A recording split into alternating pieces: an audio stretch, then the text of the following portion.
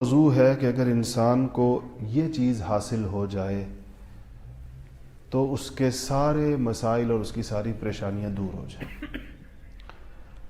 دنیا میں لوگ پریشان ہوتے ہیں مختلف چیزوں کی وجہ سے، پیسوں کی کمی کی وجہ سے بھی لوگ پریشان ہوتے ہیں، کچھ لوگ عہدے نہ ملنے کی وجہ سے بھی پریشان ہوتے ہیں، کچھ لوگ جو ہیں وہ مال و جائیداد کی کمی کی وجہ سے بھی پریشان ہوتے ہیں۔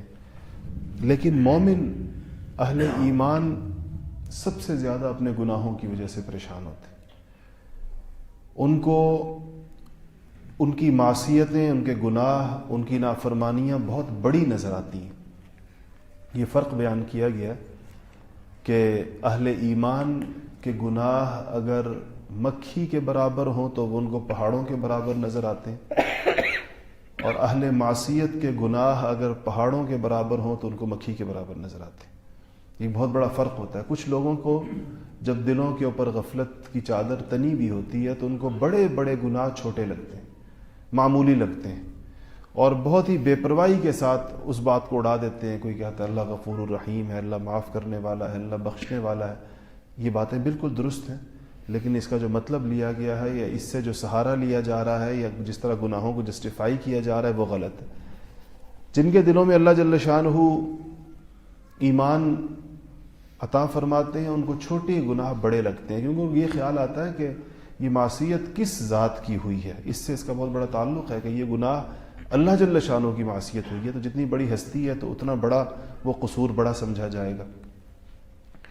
یہ ایک آیت میں نے آپ کے سامنے پڑھی سورہ کہف کی کہ اللہ جل شانہ نے رسول اللہ صلی اللہ علیہ وسلم سے فرمایا کہ وَاصْبِرْ نَفْسَكَ مَعَ الَّذِينَ يَدْعُونَ رَبَّهُمْ بِالْغَدَاةِ وَالْعَشِيِّ، کہ اے حبیب اپنے آپ کو ان لوگوں کے پاس بیٹھنے کا پابند کیجئے جو اپنے رب کو صبح و شام یاد کرتے ہیں۔ یریدون وجہہ ولا تعد عیناک عنہم، اور یہ جو صبح و شام ان کا بیٹھنا ہے اللہ تعالیٰ کے پاس، یہ اللہ کی رضا چاہتے ہیں، اخلاص کے ساتھ اللہ سے ان کو تعلق ہے، اس کی بنیاد کے اوپر یہ بیٹھتے ہیں۔ ولا تعد عیناک عنہم، ان سے کبھی بھی نگاہیں مت پھیریے۔ حدیث میں آتا ہے کہ جب یہ آیتیں نازل ہوئیں تو رسول اللہ صلی اللہ علیہ وسلم تلاش میں نکلے کہ وہ کون لوگ ہیں جن کے ساتھ بیٹھنے کا مجھے کہا جا رہا ہے۔ تو نکلے تو مسجد کے کونے کے اندر کچھ لوگ بیٹھے ہوئے نظر آئے جو اللہ تعالیٰ کا ذکر کر رہے تھے۔ تو آپ نے ان سے پوچھا کہ تم لوگ کس چیز نے تم لوگوں کو یہاں بٹھایا ہے؟ تو انہوں نے کہا کہ ہم اللہ کو یاد کر رہے ہیں، اللہ کا نام لے رہے ہیں، اللہ تعالیٰ کا ذکر کر رہے ہیں۔ تو آپ نے فرمایا کہ، اور بعض روایات کے اندر ان کا حلیہ بھی آتا ہے کہ وہ پراگندہ بال اور ان کے کپڑے بھی پرانے، یعنی غربا صحابہ تھے، غریب صحابہ تھے۔ تو آپ نے فرمایا کہ تمام تعریفیں اللہ جل شانہ کے لیے کہ جس نے میری امت میں ایسے لوگ پیدا کیے کہ پھر مجھے ان کے ساتھ بیٹھنے کا حکم عطا فرمایا، مجھے کہا کہ ان کے ساتھ بیٹھو۔ تو یہ چیز کیا ہے جس کی بنیاد پر کہا جا رہا ہے؟ یہ کس طبقے کی حوصلہ افزائی ہو رہی ہے؟ ان لوگوں کی جو اللہ جل شانہ کو صبح و شام یاد کرتے ہیں، اللہ تعالیٰ کا نام لیتے ہیں۔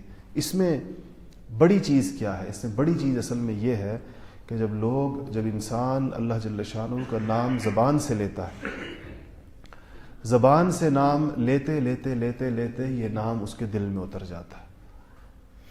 کہتے ہیں اذا تکرر تقرر فی القلب، تکرر کہتے ہیں زبان سے تکرار کرنے کو، اور تقرر قاف کے ساتھ عربی میں کہتے ہیں دل کے اندر جاگزیں ہو جانے کو، دل کے اندر اتر جانے کو، کہ جب کسی نام کی مالا زبان سے بھی جپی جائے اور زبان سے بھی اس کا بار بار نام لیا جائے تو اس چیز کی حقیقت دل کے اندر اتر جاتی ہے، اور ایسی اتر جاتی ہے کہ اس کے مظاہر آپ دنیا کے اندر بھی دیکھتے ہیں۔ کتنے ڈاکٹرز یہ بتاتے ہیں، کتنے لوگ یہ بتاتے ہیں کہ جو کنڈکٹرز کسی ایک شہر کا نام بار بار لیتے ہیں سواریاں بٹھانے کے لیے، کبھی یہ جب بیمار ہو کے اسپتالوں میں آتے ہیں اور ان کے اندر نیم مدہوشی کی کیفیت ہوتی ہے تو ڈاکٹر کہتے ہیں کہ اس کیفیت میں یہ انہی شہروں کے نام لے رہے ہوتے ہیں جیسے اڈے کے اوپر یہ سواری بٹھا رہے ہیں، حالانکہ اب یہ ہسپتال کے اندر پڑا ہوا ہے، لیکن چونکہ اس نے اس نام کو اتنا لیا ہے، جس طرح آپ نے اڈوں کے اوپر کنڈکٹر دیکھے ہوں گے نا، وہ کس کثرت کے ساتھ نام لیتے ہیں جس شہر کی وہ سواری بٹھا رہے ہوتے ہیں۔ تو جب کبھی ان کے اوپر بیماری کی وجہ سے مدہوشی طاری ہوتی ہے تو وہ بیماری کے اندر بھی اسی شہر کا نام لیتے ہیں۔ اچھا، ایک اور تجربہ بھی آپ نے دیکھا ہوگا کہ جس چیز کا نام انسان جاگتے ہوئے کثرت کے ساتھ لے، بسا اوقات خواب کے اندر بھی پھر اس کا نام لیتا ہے۔ اور اسی کو پکارتا ہے جس کو بہت زیادہ پکارا. ہمارے والد صاحب رحمۃ اللہ علیہ کو ہم دیکھتے تھے، ان کو جب بیماری بخار آتا تھا تو ان کو ان کی نانی نے پالا تھا، زیادہ ان کے پاس رہے تھے، بچپن میں ان کو بہت پکارا تھا. آخری عمر کے اندر بھی والد صاحب کو ہم دیکھتے تھے کہ جب بیماری میں نیم مدہوشی کسی کیفیت ہوتی تھی تو اپنی نانی کو پکارا کرتے تھے، ان کا نام لیا کرتے تھے. تو یہ اس بات کا ثبوت ہے کہ زبان سے لیے گئے نام دل کے اندر اتر جاتے ہیں اور مدتوں رہتے ہیں. پر خدا جو نانی نے، والد صاحب کا جو انتقال ہوا تو ان کی 63 سال عمر تھی، یہ انہوں نے نانی کو جو پکارا ہوگا کوئی 5 6 7 8 سال کی عمر میں، تو 50 سال بعد بھی انسان بھولتا نہیں، حالانکہ خود بچوں والا ہو جائے، نواسوں پوتوں والا ہو جائے، لیکن اس کو وہ چیز یاد ہے. تو اللہ جل شانہ کا یہ تو نام ہے، انسانوں کے نام لینے کا اور جگہوں کے نام لینے کے یہ اثرات ہیں. تو جو لوگ اللہ کا نام لیتے ہوں گے بیٹھ کر، اس کا کیا اثر ان کے دل کے اوپر مرتب ہوتا ہوگا اور اس کی کیا کیفیات پیدا ہوتی ہوں گی. یہ میں نے آج اسی حوالے سے میں قرآن پاک کو دیکھ رہا تھا تو تقریباً کوئی یہ 11-12 آیتیں ایسی ارتجالاً دیکھتے دیکھتے سامنے آئیں جس کے اندر خاص طور پر اللہ جل شانہ نے تاکید فرمائی ہے کہ مسلمانوں کو کہ وہ اللہ تعالیٰ کا نام لیا کرے، اللہ کا ذکر کیا کرے، اللہ کو یاد کیا کرے. یہ مسائل کا حل ہے انسان. کیسے حل؟ کہ دنیا میں جتنی نافرمانیاں ہوتی ہیں، جتنے گناہ ہوتے ہیں، جتنی معصیتیں ہوتی ہیں، جتنی اللہ تعالیٰ سے دوری پیدا ہوتی ہے، وہ اللہ کو بھول جانے کی وجہ سے ہوتی ہے. جب لوگوں کو اللہ یاد ہوتا ہے اپنی عظمت سمیت، تب انسان کے بڑھے ہوئے قدم رک جاتے ہیں، انسان کی زبان پر آئی ہوئی باتیں ٹھہر جاتی ہیں.